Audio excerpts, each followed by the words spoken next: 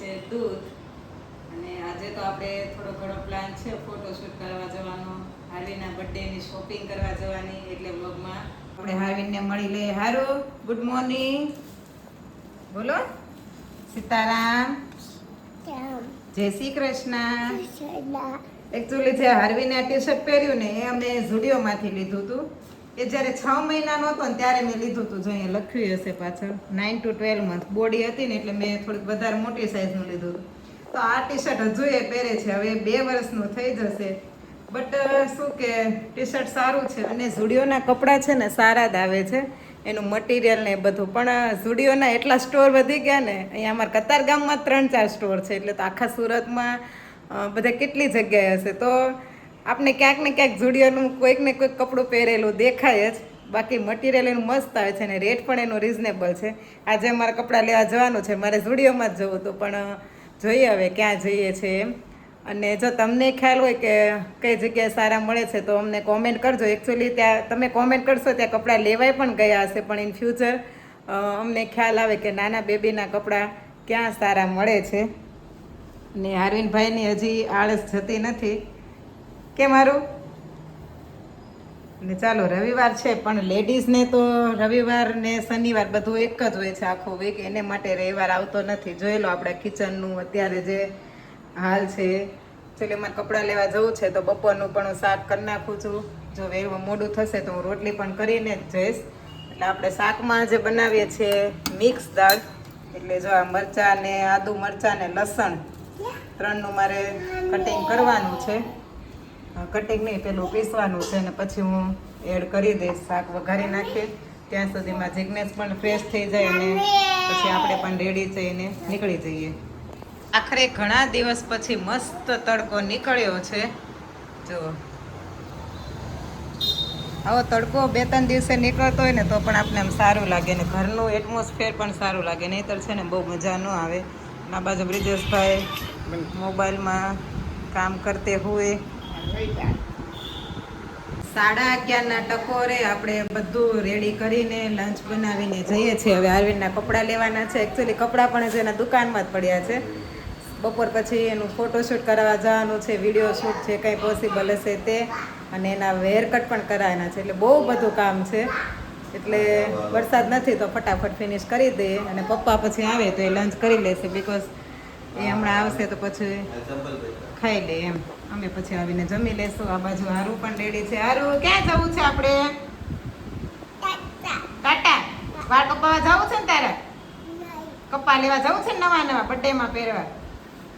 હે પહેરવા છે ને નવા કપડા? ઓકે ચાલો. અરવિંદભાઈના કપડાની શોપિંગ થઈ ગઈ છે. આ બાજુ બિલ રેડી થાય છે. હારું, કપડા લઈ લીધા. ઓકે, લેવા છે ને તાર કપા નવા?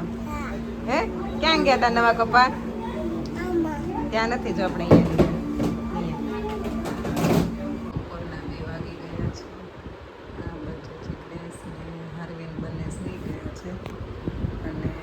કપડાં લઈને જ અમે આવ્યા ને તો 12:30 જેવું થઈ ગયું. તો આવીને મેં લંચ કર્યું, ફ્રી થયા. બારે બીજું બધું થોડું કામ હતું એ ફિનિશ કરીને ઉપર આવી. હવે 3:30 વાગે જવાનો પ્લાન છે ફોટોશૂટ માટે. તો થોડી વાર આપણે પર આરામ કરી લઈએ. ત્યાં જઈને હું તમને થોડી ઘણી ક્લિપ શેર કરીશ. બાકી એક નવો અલગથી વિડીયો મૂકીશ આરવિનની બર્થડેનો અને એના વિડીયો શૂટનો. સો બ્લોગમાં બન્યા રહેજો. અને જેણે પણ હજુ ચેનલને સબસ્ક્રાઈબ નથી કરી, ફટાફટ જઈને સબસ્ક્રાઈબ કરી લેજો.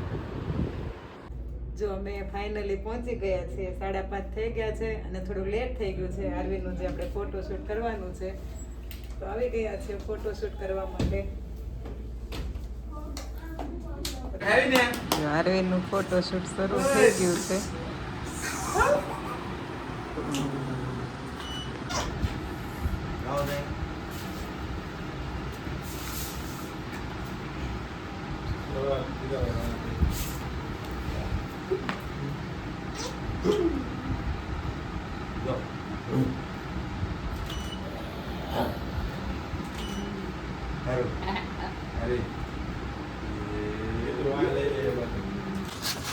ફોટોશૂટ કરીને અહીંયા બેઠા છીએ, અને મહા મહેનતે ભાઈ ફોટા પડાવવા દીધા છે.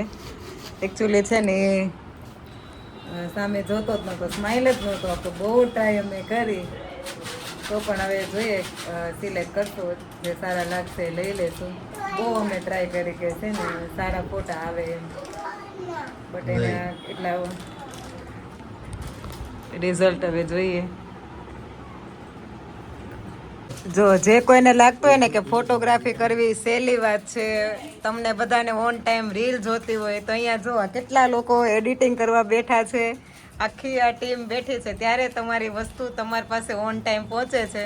એટલે ઘણા લોકોને છે ને, ઘણા ક્લાયન્ટ એવા હોય કે એને ઓન ટાઈમ બધું જોતું હોય, રીલ છે કે કોઈ પણ વસ્તુ, તો આ ફોટોગ્રાફર લોકો તમને આપી પણ દે, પણ એની પાછળ એ લોકો મહેનત પણ એટલી કરતા હોય. આ આખી ટીમ બધી વર્ક કરે ને ત્યારે એમનું એક રિઝલ્ટ સારું મળતું હોય. તો આ રીતે તમારે ફોટોગ્રાફર લોકોને સપોર્ટ કરવો જોઈએ. જો આપણે ડિનરમાં આજે છે ભાખરી, સેવ ટમેટાનું શાક, અને ઓલરેડી 8 વાગી ગયા છે. એકચ્યુઅલી અમે ફોટો માટે ગયા હતા ને તો લેટ થઈ ગયું છે. 5 વાગે તો અમે ઘરેથી નીકળ્યા હતા ને આવ્યા ત્યાં 7:30 થઈ ગયા. ટ્રાફિક બહુ હતી રસ્તામાં, એટલે હવે ફટાફટ આપણે ડિનર કરી નાખીએ અને પછી બધા જમવા બેસી જાય. ભાખરી રેડી છે ને આ બાજુ અરવિંદભાઈ જો છાશનો મસાલો એક વાર પીતો જાય ને નાખતો જાય ને એવું ચાલતું આવે છે. અને આપણું શાક રેડી છે. હવે આ શાકમાં જે તેલ છે એ તમે કહેજો કે શાક પ્રમાણ તેલ બરાબર છે કે નહીં. જો આપણે ખાઈ પીને રેડી થઈ ગયા છીએ. અને આજે અમે વાળ કપાવવા ગયા હતા ને આરવીનના, તો એનો વિડીયો હું મૂકીશ હમણાં આ વિડીયોની એન્ડમાં. બહુ જ રોયો છે એને, છે ને જરીક વારે 1 સેકન્ડે મોઢું બંધ નથી રાખ્યું. અને પેલા ભાઈ બિચારા માંડ વાળ કાપ્યા. જિજ્ઞેશને બેસાડ્યા, એને એપ્રોન પહેરાવીને ખોળામાં, એને એપ્રોન જ કહેવાય ને, શું કહેવાય, એપ્રોન પહેરાવી. પછી જિજ્ઞેશને પેલા ભાઈ કહે કે તમે બેસો, પછી એને ખોળામાં આરવીનને બેસાડ્યો અને એ રીતે વાળ કાપ્યા છે. હું વિડીયો ક્લિપ વિડીયોને એન્ડમાં મૂકીશ, તમે જોજો. માંડ પેલા ભાઈ વાળ, દર વખતે છે ને ખબર ને દાદર ચડવીને એને ખબર પડી જાય કે સલૂન આવી ગયું છે, એટલે છે ને તરત એનું રડવાનું શરૂ કરી દે. અમે આઈ થિંક 3જી વાર અમે એના વાળ કપાવ્યા. પહેલી વાર ટકો કરાવે ત્યારે એટલો રડ્યો હતો, બીજી વાર અને આ 3જી વાર. અમે એને મોબાઈલ આપ્યો. પહેલાં ભાઈએ કીધું કે હું ચોકલેટ આપું, કાંઈ સાંભળવાનું નહીં, અને બસ એનું રડવાનું જ શરૂ રાખી દીધું. તો તેમ છતાં માંડ અમે વાળ કપાવ્યા. અને બીજી એક વાત મારે કહેવી હતી કે જે અમે સખી મિલનના જે બ્લોગ મૂક્યા છે ને એમાં બહુ બધી કોમેન્ટ આવી છે, વ્યૂઝ પણ સારા આવ્યા છે. તો જે લોકોએ કોમેન્ટ કરી છે એ લોકોને લોટ્સ ઓફ થેન્ક યુ.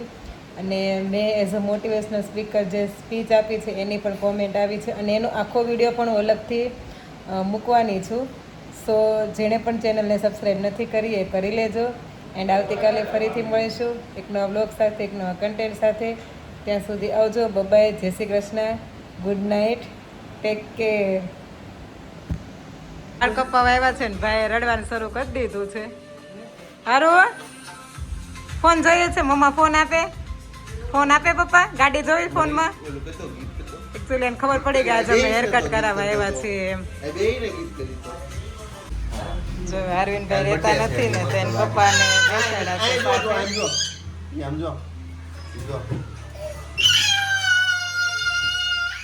આયા જો તો સમજો.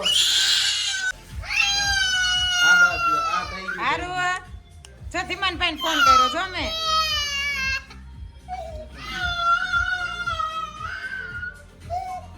ફોન આપ્યો છે, ચોકલેટનું કીધું, તોય ભાઈ શાંત નથી રહેવાના.